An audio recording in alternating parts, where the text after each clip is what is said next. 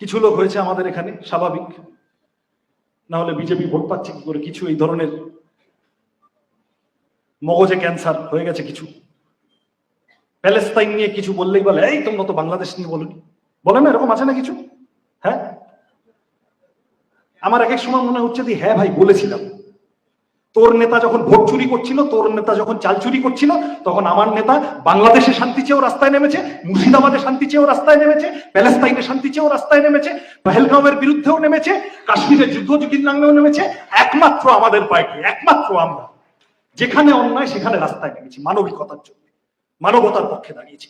আগে মানুষ, হৃদয়টা সচল, মস্তিষ্কটা সচল, মানুষ হয়েছি, মানবতা বোধ আমাদের কমিউনিস্ট পার্টিতে এনেছি।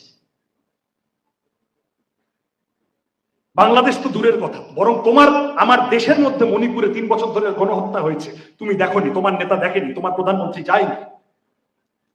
কাশ্মীর থেকে মণিপুর দেশের মধ্যে ওপেন প্রিজন বানানোর চেষ্টা করেছে বছরের পর বছর।